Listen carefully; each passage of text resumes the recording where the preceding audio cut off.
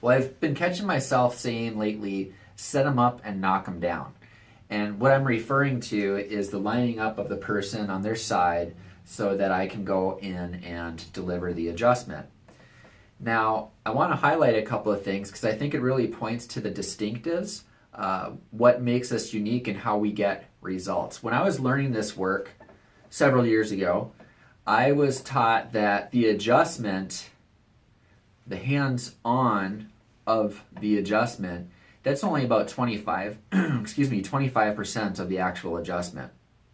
So it goes back to 25% in taking a proper x-ray, which the alignment protocols that we have here are very unique. We've got our x-ray system set up on a jungle gym sort of apparatus. We call it a double L frame. Most x-ray machines are mounted into the wall and they glide back and forth. The problem is, especially in California, if you have an earthquake, there can be a problem with the focus and the calibration of how the x-rays are shooting out. And so with our work, we want to have as little of a margin of error as possible. So our standards for our x-ray alignment is really incredible. And it's the geometry and the anatomy that we have to account for here. Take an x-ray from the side, the front, and the top, because your geometry, the shapes of these joints are unique to the person. We're not just saying that the atlas is slipped out to the left or to the right. So 25% of it is taking the x-ray. 25% of it is also analyzing of that x-ray and reasoning what's the most efficient vector in order to bring a person from this to this or this to this, nice and proportionately.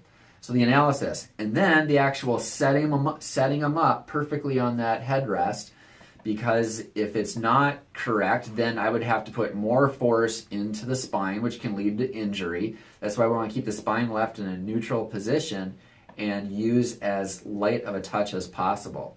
That whole process is likened to cutting a key so that you know it's going to go into the lock very well. If you know the shapes of the vertebrae and to the degree that it's misaligned from 3 dimensions, then you shouldn't have to put this big force into a person's body and overcome such resistances. And then again, the last part, the funnest part, is just knocking them down, the actual adjustment itself.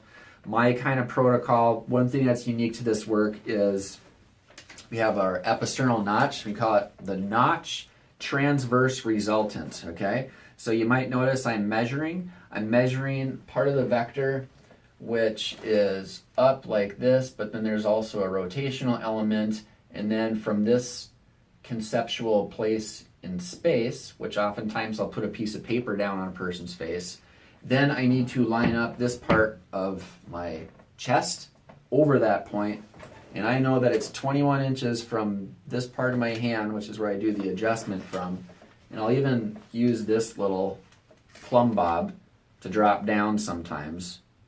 This is what I use when I don't have my chicken's foot. It's just a fishing weight, and it's a badge, like a security badge thing to show everybody your name tag. But I'll use this on occasion, so that's what that's all about. Setting them up and knocking them down. That rolled right off the tongue. Setting them up and knocking them down.